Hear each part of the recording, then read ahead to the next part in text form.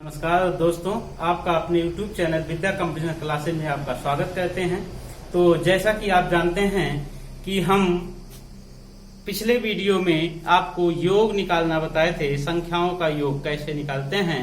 आज आगे चलते हैं और आज का टॉपिक थोड़ा से यह है कि जोड़ी गई संख्या में कोई संख्या कैसे ज्ञात करते हैं। ठीक है, तो यहाँ से सवाल बनते हैं और इसका बेसिकली तरीका लगाएंगे तो सवाल थोड़ा से बड़ा हो जाता है, इसलिए इसको छोटे में समझते हैं। और इसमें बहुत आसान सा होता है ये सवाल, ठीक है, आसान सा होता है, लेकिन हमें बस थोड़ा से समझना है इसमें, और देखते ही आप इसका उत्तर बता देंगे। जैसे सवाल ये कहेगा, सवाल कैसे कहेगा, तीन क्रमागत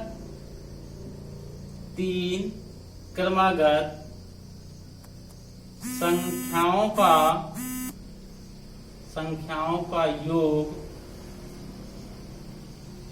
150 है। अब आपसे कहेगा बीच वाली संख्या क्या होगी, बीच वाली संख्या क्या होगी। तो चाहे बीच की संख्या पूछे और चाहे पहली संख्या पूछे, लेकिन वो संख्याएं हैं कैसी, तीनों क्रमागत हैं। क्रमागत का मतलब लगातार हैं, ठीक है, तीनों संख्याएं लगातार हैं, क्रमागत हैं, ठीक है। बीच की संख्या पूछ रहा है। अगर आप इसका बेसिकली तरीका लगाते हैं, अगर बेसिकली तरीका लगाएंगे तो भैया कुछ नहीं है। देखिए, अगर बेसिकली तरीका लगाते हैं तो तीन क्रमागत संख्या है, ये तो पता नहीं है कि वो तीनों कौन कौन सी संख्याएं हैं, ये तो हमें ज्ञात नहीं है, तो हमको मानना पड़ेगा। मान लेते हैं पहली संख्या x है, ठीक है, तो दूसरी संख्या x+1 होगी, तो तीसरी संख्या x+2 होगी, और इन्हीं तीनों संख्याओं का योग 150 होगा।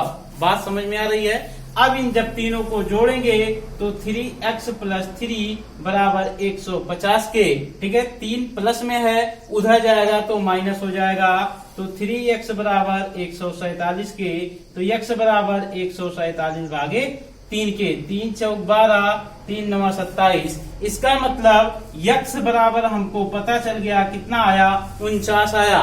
यानी जो हमारी सबसे छोटी संख्या है वो है 49, ठीक है, यानी x के स्थान पे 49, तो अगला से दूसरी जो संख्या होगी 49+1 यानी कि 50 होगी, और जो तीसरी संख्या होगी 49+2 यानी 51 होगी, ठीक है। तो हमारी तीनों संख्याएं यानी कि 49, 50 और 51 यही हैं, और तीनों कैसी हैं, क्रमागत हैं, ठीक है ना। लेकिन हमें बेसिकली तरीका नहीं लगाना है, सवाल थोड़ा से ये लंबा हो जाता है। हमको इसका शार्ट तरीका सीखना है कि डायरेक्ट हमें उत्तर मिल जाए। बात समझ में आ रही है। अगर डायरेक्ट लगाना है तब क्या करेंगे वो देखते हैं। तो भैया इसमें योग कितना दिया है, 150 दिया है, तो 150 3 से भाग कर देंगे। यहाँ जितनी संख्या दी गई होगी उसी से हम क्या करेंगे, भाग कर देंगे। तो 3 से भाग करेंगे, कितना आएगा, 50 आएगा। यानी ये जो 50 आया है ये मध्य की संख्या है, बीच वाली संख्या है।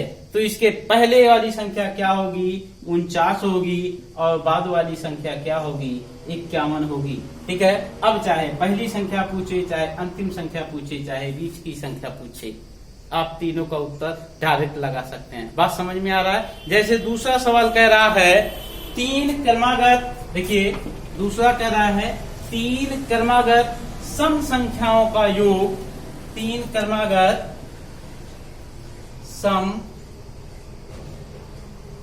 संख्याओं का योग 24 है।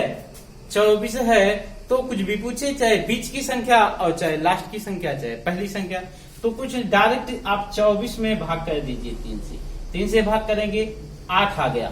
जब बीच की संख्या हमें पता चल गई, यानी बीच वाली संख्या यही है, और जो भी संख्याएं हैं तीनों क्रमागत हैं, लगातार हैं, लेकिन कैसी संख्या हैं, सम। 3 क्रमागत सम संख्या की बात किया है। जब सम संख्या है तो 8 के पहले वाली सम क्या होगी, 6, और 8 के बाद वाली सम क्या होगी, 10। बात समझे। अब चाहे पहली संख्या पूछे, दूसरी पूछे, तीसरी पूछे, ठीक है ना, तो सम की बात करेगा तो सम सम रखेंगे, विषम की बात करेगा तो विषम विषम रखेंगे। क्लियर। जैसे अगला सवाल कह रहा है 3 क्रमागत विषम संख्याओं का योग 147 है। 3 क्रमागत विषम संख्या का योग 147 है। कितना है? 147 है। बीच वाली संख्या क्या होगी? चलिए, बीच वाली संख्या क्या होगी? तो बीच की संख्या हम निकाल लेंगे, इससे कोई दिक्कत नहीं। 147 भागे 3, 3 चौक 12, 3 9 27। बीच की संख्या पता चल गई। और भी कह रहा है 3 क्रमागत विषम संख्या, तो इसके पहले विषम क्या होगा? 47, और इसके बाद का विषम क्या होगा? 51। क्लियर। इन्हीं तीनों संख्याओं का योग 147 होगा। चाहे तो करके देख लीजिए, यानी 49 और 51 जोड़ेंगे तो 100 आएगा, 47 जोड़ेंगे तो 147 आएगा। क्लियर हो रहे हैं? ठीक है। चलिए अगला सवाल लगाइए। कह रहा है 4 क्रमागत संख्याओं का योग 20 है। 4 क्रमागत संख्याओं का योग, 4 क्रमागत सम संख्या कर देते हैं। मान लो 4 क्रमागत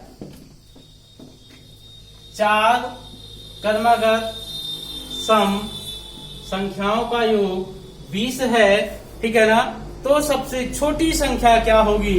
यहाँ पे सबसे छोटी संख्या कह रहा है, सबसे छोटी संख्या क्या होगी? ठीक है। यानी कि 4 क्रमागत, यानी 20 को भाग करेंगे 4 से, कितना आया? 5। तो देखिए 5 तो मिल गया, लेकिन सम की बात किया है। सम की बात किया तो इसके पहले सम क्या होगा? 4। उसके पहले सम क्या होगा? 2। इसके बाद का सम क्या होगा? 6। और इसके बाद का सम क्या होगा? 8। यानी हमको यहाँ 5 से कोई मतलब ही नहीं है। ठीक है। ये हमारी चारों सम संख्याएं हैं और जिनका योग क्या है? 20 है। सबसे छोटी संख्या कह रहा है तो 2 उत्तर हो जाएगा, और चाहे जोड़ के देख लीजिए 20 ही आएगा। 8 6 14, 4 18 और 2 20। ठीक है। ठीक है ना। अगर सबसे बड़ी संख्या कहता तो 8 आता, लेकिन अब इसमें बीच की संख्या नहीं पूछेगा।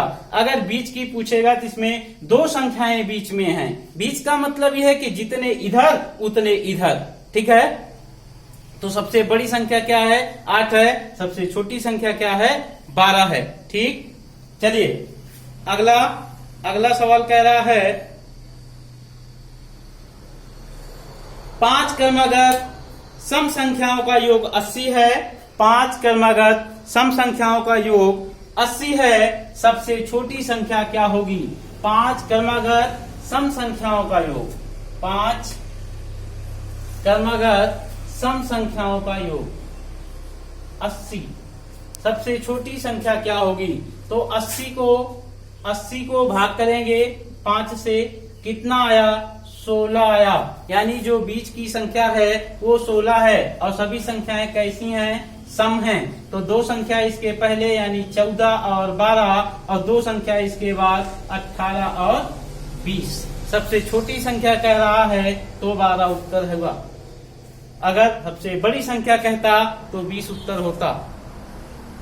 उम्मीद करते हैं कि ये समझ पा रहे होंगे आप। ठीक है। जैसे अगला सवाल कह रहा है 3 क्रमागत विषम संख्याओं का योग 51 है। 3 क्रमागत विषम संख्या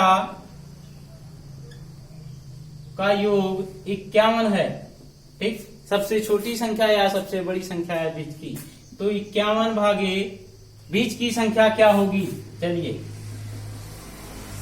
51 को 3 से भाग कर दीजिए, 17 उत्तर है। क्लियर। बीच की संख्या 17 होगी। विषम की बात कर रहा है, विषम संख्या ही है। ठीक। आगे चला जाए।